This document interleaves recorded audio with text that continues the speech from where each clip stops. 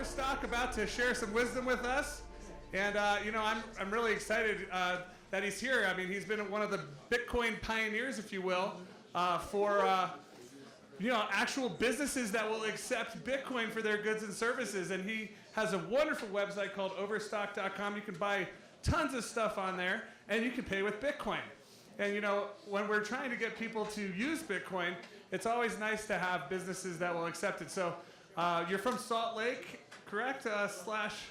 Vermont. And we have a lot of mutual friends. He's a mover and shaker. So Patrick Bryne, welcome to the Aspen Institute. Welcome to Nexus. Yeah, what an elegant introduction. Thank you.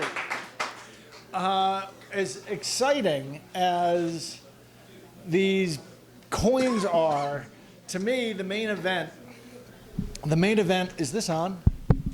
You gotta hold it more to your mouth.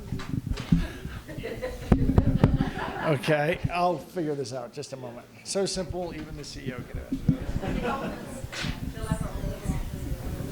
it. Okay. As high as we can make. Super. There we go. Good enough. Thank you. To me, what's exciting is the applications of blockchain itself. And I'm going to show you one that's really exciting, including a piece of paper that I spent $30 million to get, a piece of paper I'm going to show you here. So I hope that keeps your attention. October 23rd, 2008, the world was melting down. They call Alan Greenspan out of retirement to go before Congress and explain what is happening. He says this thing that the left has jumped on, not really quite understanding the full picture. There are additional regulatory changes that this breakdown of the central pillar of competitive markets requires in order to return to stability, particularly in the areas of fraud, settlement, and securitization. So you may remember there were New Yorker articles about, Alan Greenspan says markets don't work and stuff like this. Yeah, that's the first part of the sentence. The second part, fraud, settlement, and securitization. Fraud was things like Bernie Madoff, securitization, mortgage-backed securities. This settlement thing has been sort of written out of history. 2008 was a settlement crisis. What happened on that Wednesday? Lehman went broke on Sunday. They didn't do anything. It was on Wednesday morning the settlement system froze. That's been written out of history. It's really... So why did it freeze? This document cost me $30 million to get. Some of you know I was in a long-term fight with Wall Street because starting around 2005, I became convinced and saying publicly there was a bunch of mischief going on Wall Street, and people were being ripped off. I couldn't believe. I had trouble I thought it was like the Pelican Papers when Julia Roberts writes up the brief and exposes it, the whole world swarms in. Well, it turns out that it doesn't, because so much of the world was bought off and corrupt, and the people who were supposed to do their jobs were, you'll see what they were in on.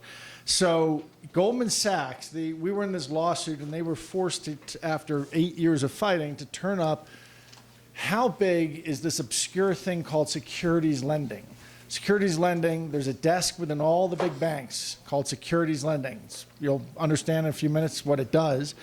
How big was it? I knew it was at least 5%. I thought it might be 15%. 15% at Goldman Sachs would be quite a large number.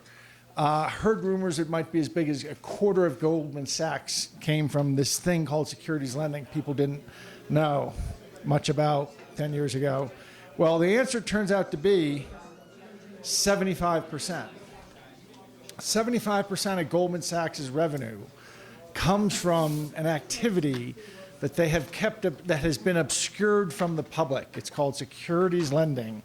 And this is why it cost me $30 million to get that piece of paper. 75% of Goldman Sachs prime brokerage, there's the hedge fund and there's the prime broker. Goldman Sachs is a securities lending desk with the name of a bank on the door. And this is a big secret. It has been a big secret. And it turns out that of that 75%, 76% comes from lending a particular class of stock called a hard-to-borrow stock. So it turns out that this is Goldman Sachs' business. And I think the same is true for the other 5 big prime brokers on Wall Street. No reason to think this is any different. that's 3/4 of their revenue. And by the way, since the securities lending desk tends to be a couple small number of guys named Joe and Tony and Louie from Staten Island, the expenses are very, very tiny. So while it's 75% of the revenue, my guess is it's about 100 to 150% of all the profit of prime brokerage on Wall Street comes from this area of people, that's this really obscure little corner of Wall Street. This is how it's supposed to work. Securities lending, you know what short selling is probably. Short selling is when you're always told people borrow stock and then they sell it. Well, that's the idea. But in reality, in our market, all they have to do is locate stock that they'll be able to borrow, then they can sell, and 3 days later when it's time to deliver, they get the stock that they located and deliver. So it's really the whole thing comes down to locates, this thing called locates. Did they get a locate on stock before they short sold it? So imagine a pension fund has some stock. They custodian it with a large prime broker. The large prime broker sees that there's a short seller out there who wants it to short sell. They will give a locate. They will tell that short seller, okay, you're good. You want to sell 100,000 shares of Lumber Liquidators. Go ahead. We have located the stock for you. You can go ahead. And so I'm depicting that as the transfer of the locate is this symbol you see there. And let's say the short seller pays $20 for that. Well, believe it or not, 10 years ago, what I started sort of going Superfly TNT on Wall Street about was I found out in 2004 how little there was to keep a prime broker, say in this case, from when they see that person that they can collect, that one short seller they can collect $20 for, there's surprisingly little to keep them from telling other short sellers, you know what, you're good for locates too. And collecting from each of these other short sellers payment for this.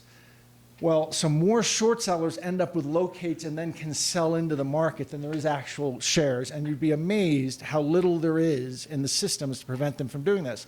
And we have the SEC on tape in a sort of quasi-public back office conference of Wall Street scolding a couple guys from Goldman and Morgan in front of the crowd saying, you know, basically you have to work with us. We do these audits into your locate trails, and when it gets back to where you're supposed to have recorded whose stock it is, you guys have recorded Mickey Mouse or 3 dots or something like that. You know, work with, this is the director, this is very high up in the enforcement arm, sort of pleading, scolding with Goldman and Morgan.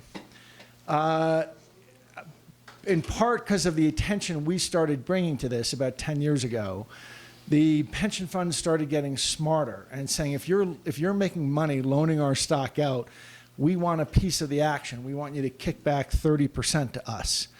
And so how that should work is the prime broker gets their 20 and 6 goes up to the pension fund. Well, what the pension funds figured out, what the prime brokers figured out they could do in that case, when they go to a friendly prime broker in between, and they say, we'll give you the locate for, let's say, $2. Then they cut in the pension fund for their 30% or 60 cents. And then that middle prime broker loans it, gives the locate on, takes the $20, and there's a back office game in the repo market where they basically give a half of the kickback. And this has all come out in a variety of lawsuits on Wall Street, that this turns out to be this regular practice. There's this kickback done in the overnight repo market that to equalize the cut. So that's what really happens. I just refer to this as mischief.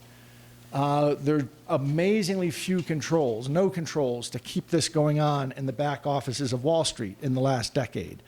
And so that is why in 2008, Alan Greenspan was naming settlement as one of the parts of the crisis, because all of this craziness that had been going on, one of the effects is a bunch of fake stock, a bunch of stock enters the market that's not really stock, that isn't backed up by anything. As a result of all this, last month, some large pension funds across the country sued the 6 big investment banks, Goldman, Morgan, JP Morgan, State, UBS, and Citi, I think. And this may be the first $1 trillion lawsuit in US history. What the banks have realized, what the pension funds have realized is during this crisis, if you're not paying any attention, the pension fund system around America is starting to break. The New York Teamsters pensions just became the first to run out of money, but it's starting to crack everywhere. In Illinois, New Jersey, the Dallas police, all these pension funds around this country are starting to break. Turns out that they have been, and the pension fund crisis can really come down to this number. They've been assuming about a 7% return on average, American pension funds. In reality, they make 4% over the long run, and that difference translates into a big pothole that someday expresses itself, and that's what's happening now and why pension funds are going broke. Of that 3%, about 2% has been thieved from them. It has been thieved from them in that game I just showed you, and it has turned into, you take 2% out of those pension funds, they should have been receiving the fact that they're beneficial owner of those stocks, as they've been lent out, that's been generating what could have been an extra 2% return for those pension funds. Instead, it's been turned into 75% of the revenue of Wall Street. This pension fund is this lawsuit, this class action suit that just got filed a few weeks ago, thing is going to be the first $1 trillion lawsuit. I'm hearing from pension funds who are considering entering this lawsuit. I think just about every pension fund in America is going to climb on this and claw back. They realize correctly that they are breaking, in part, this pension fund crisis could have been averted and can still be averted now if that 75% can be clawed back from Wall Street. Now, it just so happens there's a great thing that will let us do that. It's called blockchain.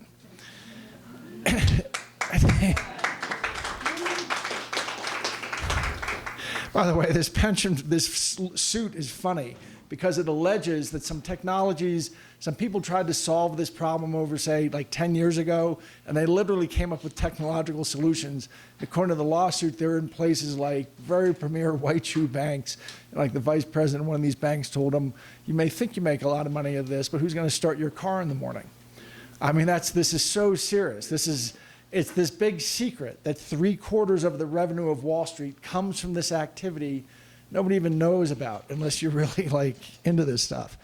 So TZero, Overstock has funded we started taking Bitcoin 4 years ago just to be good guys, but we really wanted to start investing in this community. And we started a venture capital / incubator company called Meadows, and it's made 9 investments in different fintech, blockchain-related fintech companies. One of them is TZero. We bought a node of Wall Street through which 3% of the trading of Wall Street actually already routes.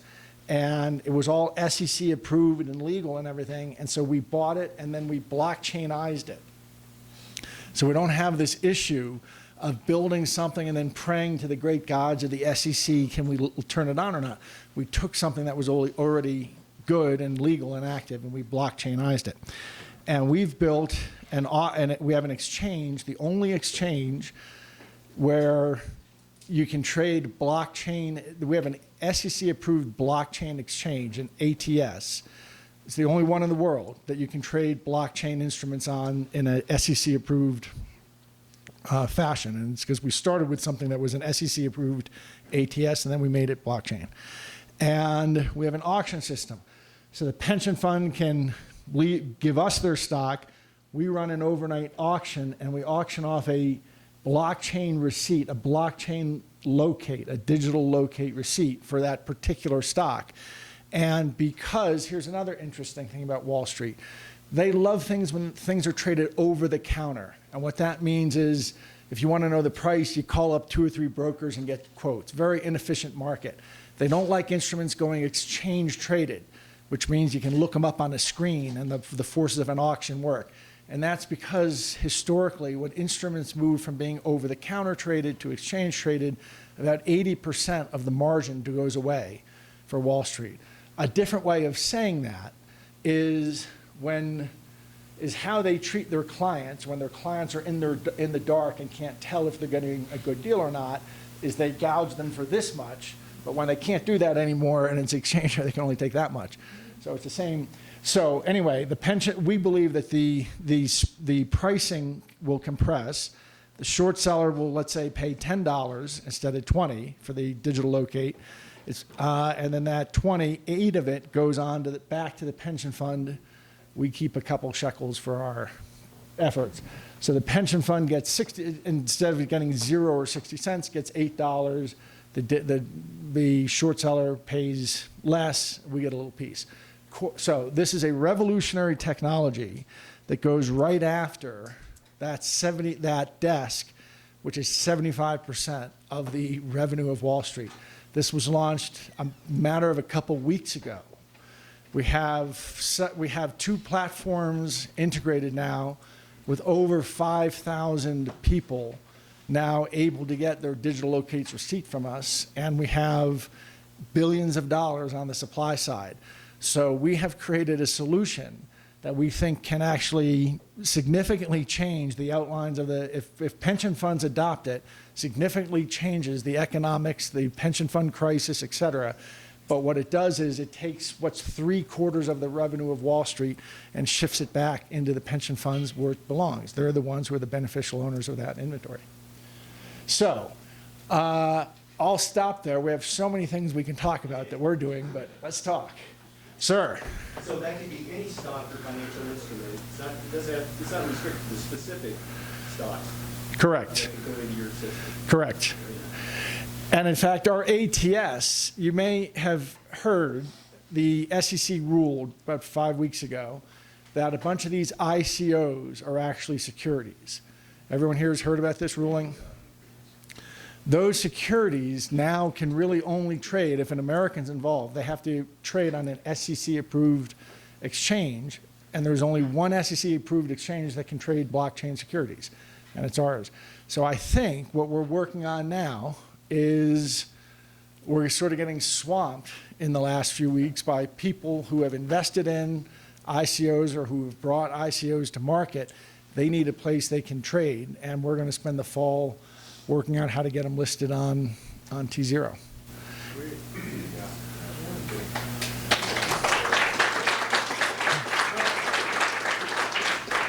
Well, Are you seeing a response from pension funds and short sellers to bring this market together?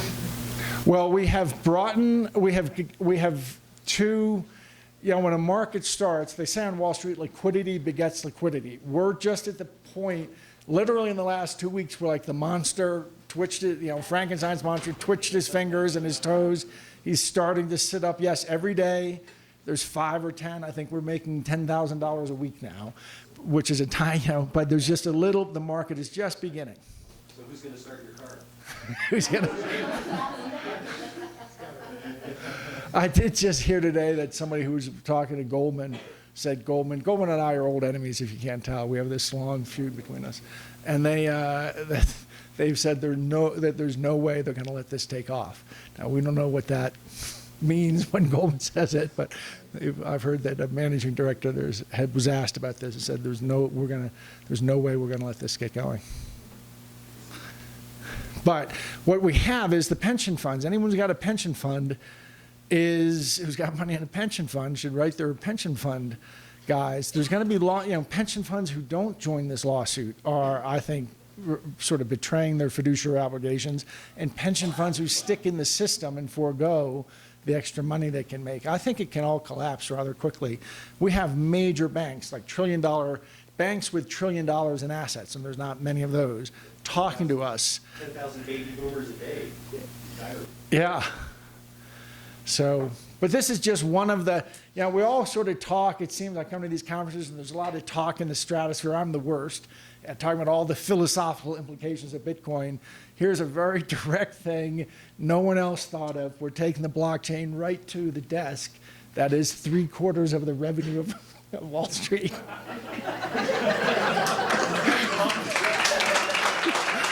That's funny. Where are your bodyguards?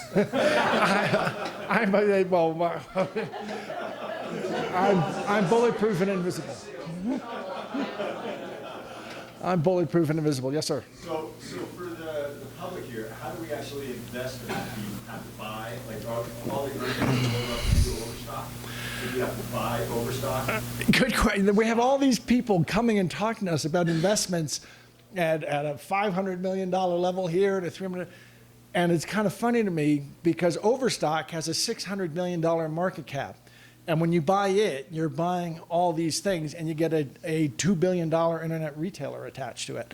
So just buying OSTK is, I didn't come here to sell people stock, but you can buy, we have like 9 projects like this.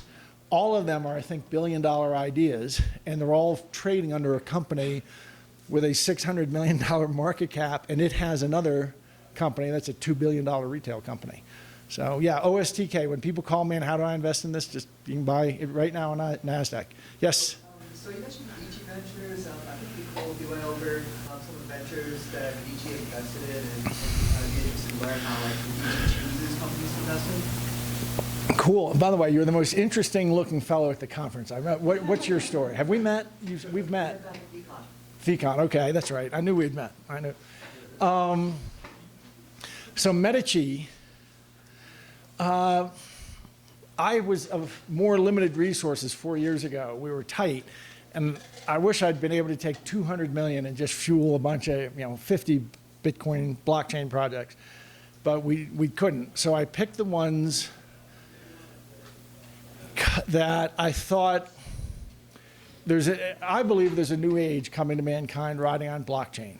And it's going to change, as disruptive as internet was to publishing, this is going to be to about 100 different industries. In fact, I've been in a stealth company in Silicon Valley where they have on the wall 160 functions that can be disrupted by blockchain. And it's just really amazing. But we wanted to pick the most fundamental ones. And to me, the most fundamental processes are going to be the formation of money itself. That means blockchain meets central banking. Then and so we made an investment. We own stock and options on a third of a company in Barbados called Bit.com, which is, we believe, leading the world in blockchain meets central banking. We'll have a commercial product before the end of this year. Blockchain, central bank in a box, basically, that any central banker can start issuing fiat onto the blockchain. We have another process, blockchain meets land titling. Blockchain meets so there's blockchain meets the formation of money, which is central banking. Blockchain meets the formation of capital. There's an economist I really admire, Hernando de Soto.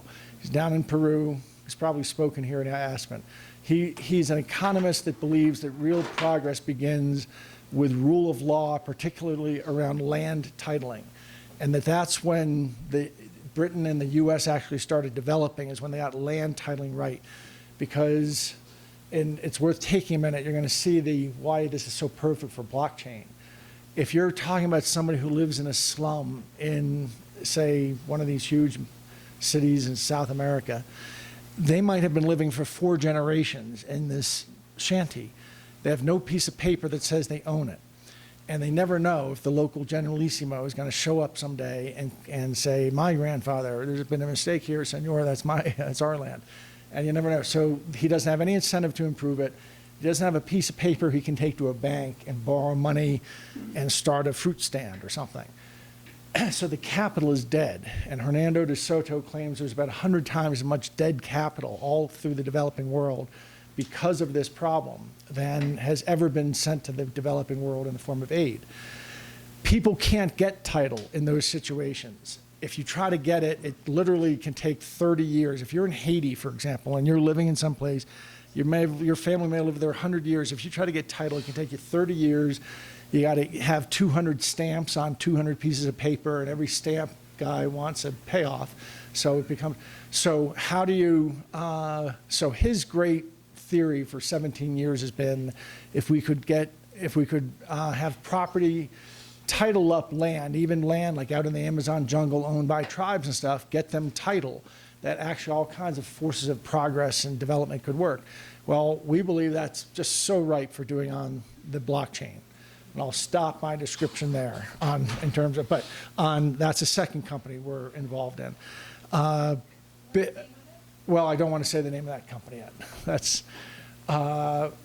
Bitcoin meets capital market. So that's Bitcoin meets land titling. Then there's Bitcoin meets capital markets, and that's TZero. And this is one of the two big projects we're doing in TZero. The other one will be getting it so all these ICOs have a place to trade. I was just going to ask about that. Yeah, all these, when we get, this is all ready. Technically, we can list any ICO now, except we only had the permission. We brought the first blockchain security public, Overstock did. It's been nice that as TZero develops stuff, blockchain or Overstock has been a customer. We have our own customer. So we did the world's first private blockchain security. It was a $5 million bond. Then we did the world's first public blockchain security. It was $10 or $11 million issuance last December. But they can trade on this, but we only have permission at the moment for one broker to tie in. And there's one broker called Keystone that you can open an account with and trade these blockchain securities. We need the SEC to officially let us have multiple brokers, and then we'll start listing ICOs because we're not going to try to force everyone into this one broker. Sir, Rich? A website that, or the web that exchange can go live? TZero, just tzero.com is the website. Let me finish. So I have the Wall Street meets capital formation, Wall Street meets money formation, Wall Street meets Wall Street, and then ID and voting. Because I hope that the new age that comes to mankind is one where consent of the governed still matters. Voting is going to matter. And for voting to matter, you have to have, for voting to work on the blockchain, we have to have digital citizenship. Like, there's a couple countries like Estonia who are moving aggressively towards this, but digital citizenship where you can exercise your rights as a citizen through the, through the internet. So those are the fundamental areas where we have made investments in Medici. But it really comes out to there's 9 different investments across those 5 areas. Good question. Sir. So if I want to borrow from TZero, I have to have a prime brokerage account through, I think you already answered my question. Someone said would be opening. No, that's for the actual trading. If you want to do borrow for stock. I'm a hedge fund, I'm a big short seller, I want to borrow from you guys and stuff like that. You have to just integrate to TZero. There's several trading platforms, DOS Trade and I think Sterling are both live on our system. But TZero has 85 various hedge funds integrated and giving its routing business to TZero. All you have to do is be the 86 integrate and you'll be able to get all these locates directly from TZero. Sir. For a new ICO, for example, if somebody sets up a $100 million ICO and they want to place that, is that something that can now be routed through the SEC approved? Yes. Yes. It's the only place in the world that you have an SEC approved exchange to trade blockchain securities. That can all be done through here. And that's basically because of this SEC ruling 5 weeks ago, everybody's scrambling over in New York at TZero to sort of get that. We have to figure out who to plumb with and who's the right partner, and there's different investment banks in the area of ICOs and such, and which ICOs to list. So they're very busy these days in TZero as we're trying to, but you will see this fall us starting to list our first ICOs. And we'll go quickly. No, that stopped years ago, oddly. Go. Sure. Why Overstock and not Amazon and other retailers? How is it that you ended up being one of the leaders to accept Bitcoin? I was especially, first of all, so the question is why did we jump the gun on this?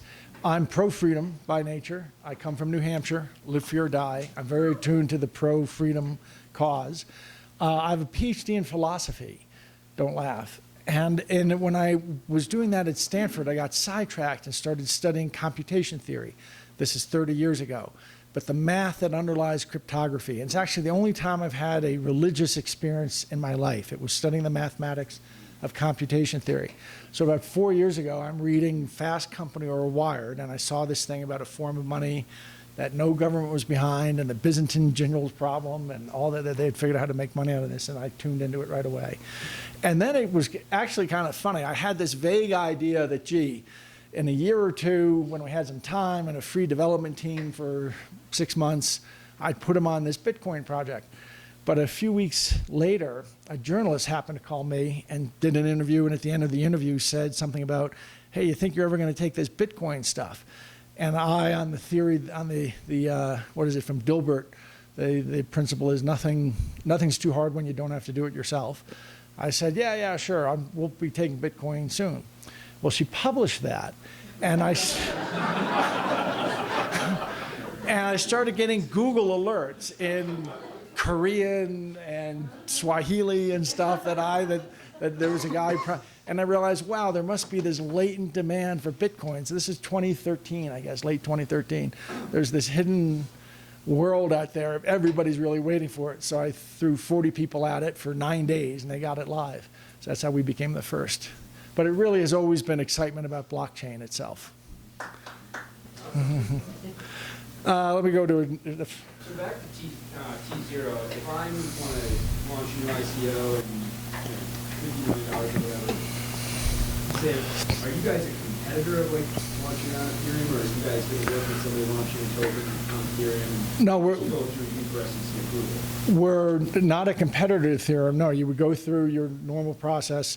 You have to handle getting the SEC approval and to do that, and I know we all have, as libertarians, sort of mixed feelings about that, but the truth is, it's one of those areas where I feel I have to rise a bit above my libertarian principles. Back before 1929, it was a common part of the American landscape that you had traveling salesmen with briefcases full of stock, and they were just going to, widows and orphans, as they call them, and people had no idea what they were doing, and over the backyard fence, getting somebody's life savings for what turned out to be penny stock. So in 34 and 35, the Securities Acts say you can't do that. To sell something to the public, you need to have a document, and someone needs to have seen it and said, yes, this fairly represents what it is you're trying to sell. And so I guess I'm a guardrail libertarian. I think there is actually a role for government to do that. And these ICOs that have occurred in the last year, some of them are really, I've heard of people who put a one-page business plan up and they raised $200 million. And there's essentially no investor protection in any of that stuff. So I'm not sure. I'm normally, the words sort of stick in my throat, the words, I think I may agree with the SEC. But I think I may agree with the SEC. These are securities. These are securities where they are so close to being securities. Anyway, I understand why they made their decision. So you'll have to go through. However, there's very relaxed standards for up to a $50 million capital raise now. In particular, Reg A+. And then there's also this 144 that you can do, but that's still, you have a very limited, you get limited on who you can let in. But the Jobs Act, they realized, the U.S. capital market, it used to be, not so many years ago, you go out and raise a $20, $25 million IPO, and that was fine, and people wanted to work with you. The standards on, the bar has gotten so high on how much a bank wants to raise before, a name bank before they work with you, that it's just choking the capital formation process for small businesses. So for now, up to $50 million, there's quite relaxed standards about raising the money and reporting. So you can come out under that, and it shouldn't be too hard under a Reg A+ these days. So basically, you use whatever token issuing or coin issuing platform you want to use, and then you register with the ICO through TZero. Well, yes, you'll have your lawyer who's doing your registration work with the SEC, and when it's approved and you're ready to go, it will trade on TZero. Sir. Most people really don't know about cryptocurrency, especially those in the lower economic bracket. What do you see is the best opportunity or opportunities to make crypto widely available? Or I think what's going to happen, and it's this company we're doing in Barbados is a step in this direction, is people will download a wallet eventually, and it's on your mobile phone. For years, economists have been talking about this problem of the unbanked. And all over the world, most people are unbanked. In Barbados, it happens to be 15% of people have a bank account. 140% of people have a telephone, because people have more than one phone often. So think of how life is like for a person who's not plugged into it, doesn't have a bank account. They're getting paid $10 a day for cutting sugar cane. They put that in their sock. They go home. There's a shoebox in their house. Someone's always got to be sitting in the house watching the shoebox. And they have no way to be integrated into the modern, global economy.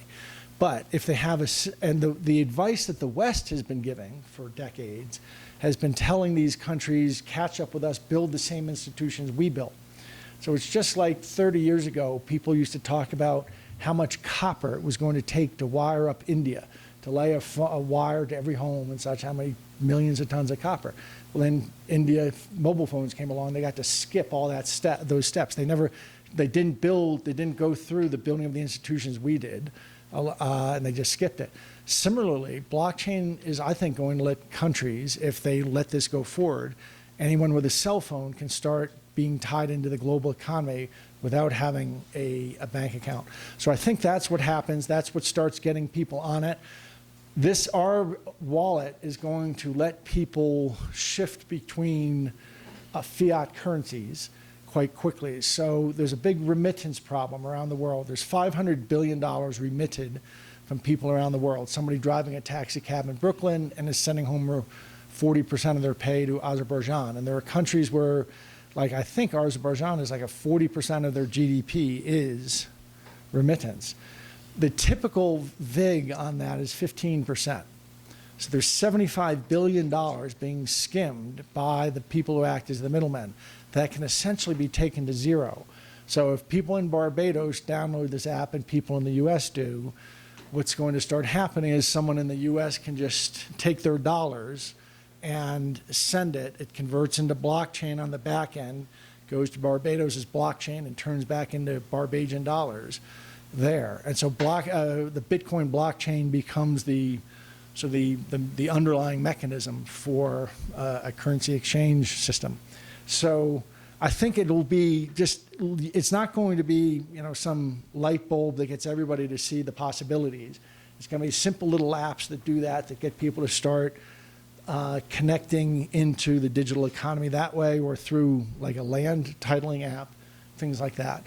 And then I think what happens is, before you know it, people are going to start wondering, once they're doing exchanges like I just described, they're going to start wondering, what do we need these fiat currencies on top of it for?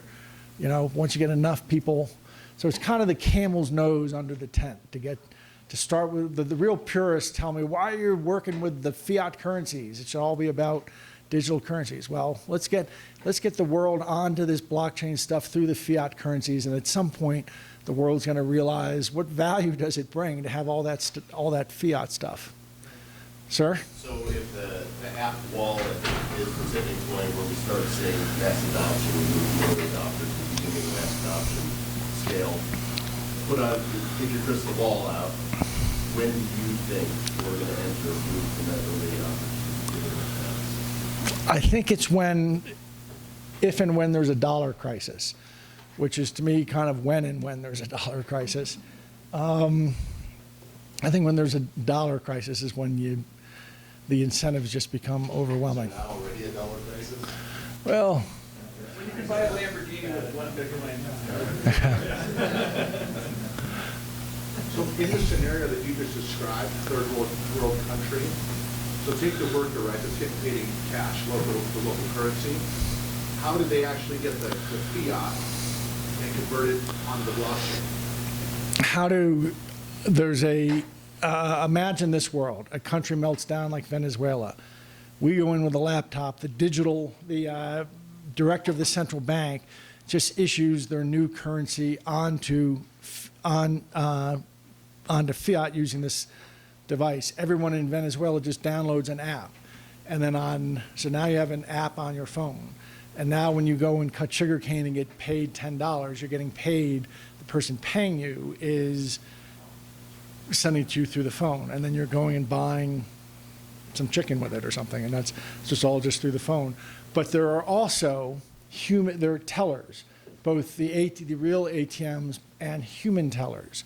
And human tellers, this is a really interesting component of the project, where there will be entrepreneurs who act as ATM machines.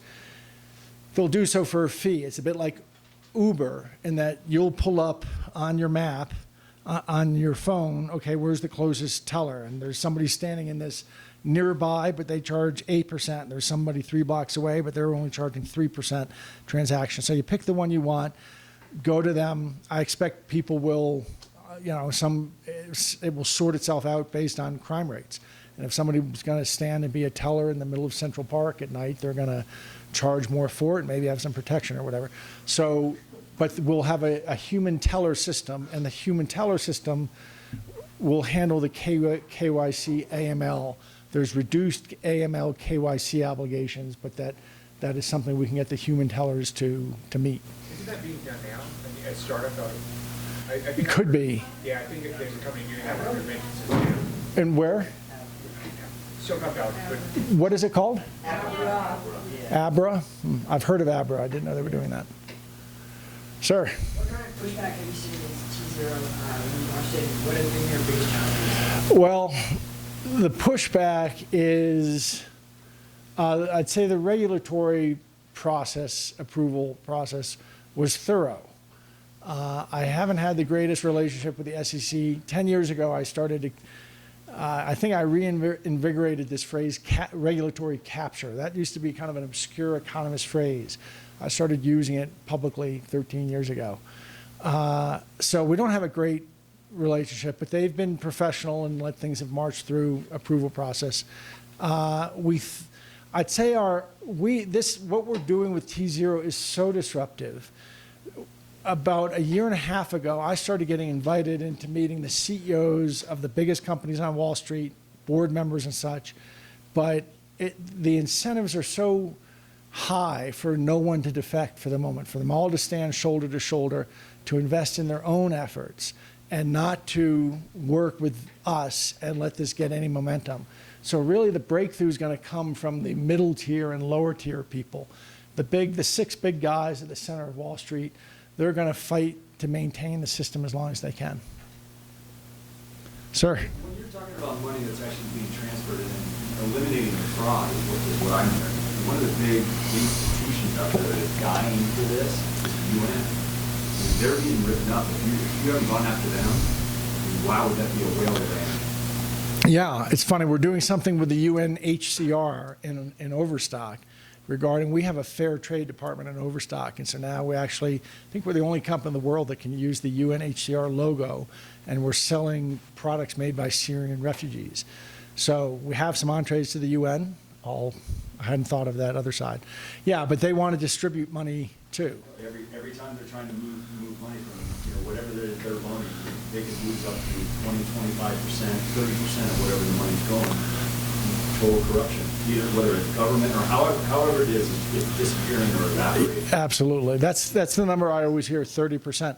The U.S. military moved $20 billion over to Afghanistan over the course of the war, flying it over on pallets and C-130s, and evidently about 30% of that goes missing. And so a cashless battlefield, or a cashless, and again, I mean, it's a lot to think about how hard it would be to integrate. There's 50 or 60 million refugees in the world that the UNHCR looks after. I don't know what percentage of them have cell phones, but I bet a lot higher percentage of them have cell phones than bank accounts. They can be integrated into the modern economy and given a stake and such through these apps. Sir? You mentioned in third world countries remittances, you basically, you take a pie chart, I think, from what I understand, you take 1/7 of it, that's what we call the world economy, because the other 6/10 aren't even a part of it. So when you open up the world economy to that 6/10 and you take Bitcoin as the vehicle that allows that to occur, do you think that's what will drive Bitcoin to the $1 million of Bitcoin people are talking about? Well, I think you're on the right track. There's 7.5 billion people on Earth. 5 to 6 billion of them don't live a life that's anything like we think of. They're not integrated into formal legal systems or formal monetary systems. You can't integrate somebody into a world economy if they don't exist. They don't exist. They don't have an ID. They don't have an address. So But again, this is such a revolutionary approach. Through blockchain and cell phones, you can solve this problem that economists have been talking about for decades. You can get them integrated. So I think it has just enormous anti-poverty potential, actually, development potential. And then you can start doing peer-to-peer lending among them, build apps that do that. You can recreate all the functions of the modern financial system in sort of app-based ways that are much more peer-to-peer. And it's the question of, which goes to the previous question I had of, who's tried to stop you? Ultimately, we all understand, to me, it's like the essence of liberalism in terms of philosophical liberalism, that we understand the great threat is always capture. Our founding fathers understood this, and Federalist Paper number 10 is really beautiful. Madison wrote it, and he said that in designing our Constitution, we looked at all the previous attempts at democracy, ancient and modern, and we looked at all how they failed, and we designed our Constitution to prevent those failures. But there's one problem we didn't solve, and it's the problem of what he called factions, or what we would call special interests or capture. The people that are going to be disrupted, there's 160 people on the wall of that stealth company I mentioned in San Francisco. All of those industries have their own regulators, and the regulators, you got to remember, in the theory of regulatory capture, it is that society sets up regulators to protect us from certain industries. But more often than not, those regulators become captured by the industry and turned against society, and their clients become the industry. And all of those people that we're going to be disrupting have their own, and I knew this from my own Wall Street fight, they all have their own senators and congressmen and regulators on speed dial, and they're going to call them up and try to block this stuff. It's really funny. Even some of the attempts, so there's really 4 companies that I think of as doing the work of blockchain meets capital markets. It's us, Symbiont, and then 2 that are funded by the Wall Street guys.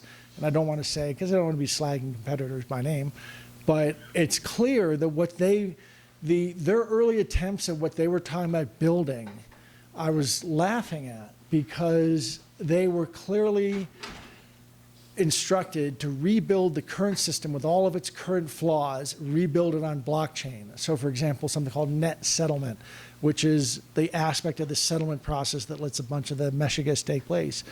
They, rebuilding the system as it exists on blockchain with those flaws built in is like saying we have this brand new Maserati, but we're going to insist on installing a lawnmower engine in it. And there's some reason, there's a very clear reason to me why the Wall Street banks, as of a year or 2 ago, were fighting to say that this new system that emerges has to have these things in it, like net settlement, with these flaws. And that's simply because they know that that's where their drinking straw goes in. When they drink everyone's milkshake out of your pension fund and stuff, that's where it is. And it was just hilarious. I sat across from people in nice big oak panel boardrooms while they were arguing that the system had to be built this way. And there's no argument, there's no argument they could make other than because that's where they need those access points for their thieving. It's just hilarious to see them with a straight face scramble to try to argue why the system should be rebuilt using these same flaws, because we don't have to anymore with blockchain. Sir. What role does gold play in Well, I think gold does reemerge, except gold is naked shorted. There's evidently, no one knows what the real price of gold is, because what you get quoted is not really what you can get large amounts of delivered at that price, is my understanding. And there's like 100 times the position on the short side. For every side of actual physical gold, for every ounce of actual physical gold, there's like 100 ounces short sold. So nobody really knows what the price is. I think there's a real opportunity for someone to create a blockchain-based gold, bit gold. And somebody has done that, right? It's 100% reserve? I think that's a great idea. And it may be, It's going to be hard to get people to accept Bitcoin, but it's going to be easier to get people to accept, okay, what you're trading is an electronic representation of actual gold, and you own 1 ounce of gold, and it's here, but you don't want to have to carry that around. So we now have this cryptographic token that represents it. That's something people can get their head around a bit quicker. BitGold, I will. I think I've got 7 minutes left. I don't know. I'm told 3. Oh, okay. Are you the next speaker? No. Well, I am in another room. Well, you were sitting there with such aplomb and style, I felt like introducing you. Our next speaker. Because of TO, now I've learned I have an opportunity for an ICO I'm launching out of the United States. In fact, we need that same. So. Call collect. Call collect. Okay. Okay. Yes, ma'am. So if there's an ICO and the SEC has to vet it, are they prepared to do that? Because a lot of ICOs that want their launch need vetting and. Yes, the SEC has a whole process for vetting. I went through it when we took our company public. You're going to have to go through it just like you're taking a company public. But the good news is if you're only raising up to 50 million, there's a much sort of looser standard and relaxed vetting process that you can go through, and that's Reg A+. And that's where the ICO world is going to move, I think. So for ICOs that have already occurred or are trading those tokens, will there be future adoption on this platform? Yes, those are the people who are coming to us now saying, can you get our coins listed? Yes, the SEC in their decision signaled that they said, we've ruled that this thing, DAO, definitely was a security, but we're not going to prosecute them looking back. And I read their decision as signaling that we really don't know, they're this gray area, that people who already went public, now we're saying these things are securities, they weren't before. Looks to me like they're giving people the fall to sort of clean up before they're going to start bringing any actions. So that's the understanding, that my understanding is that in the ICO world, there is this understanding that people have the fall to get cleaned up. And one way to get cleaned up is to go through that vetting process and then get your token listed. Grandfather for existing ones or cleanup time? They have not permanently grandfathered for existing ones. What they indicated was this one DAO clearly was over the line. We're now drawing a line and making clear where the line is, and a security, this thing DAO would have counted as security, but we're not going to bring any action for the past.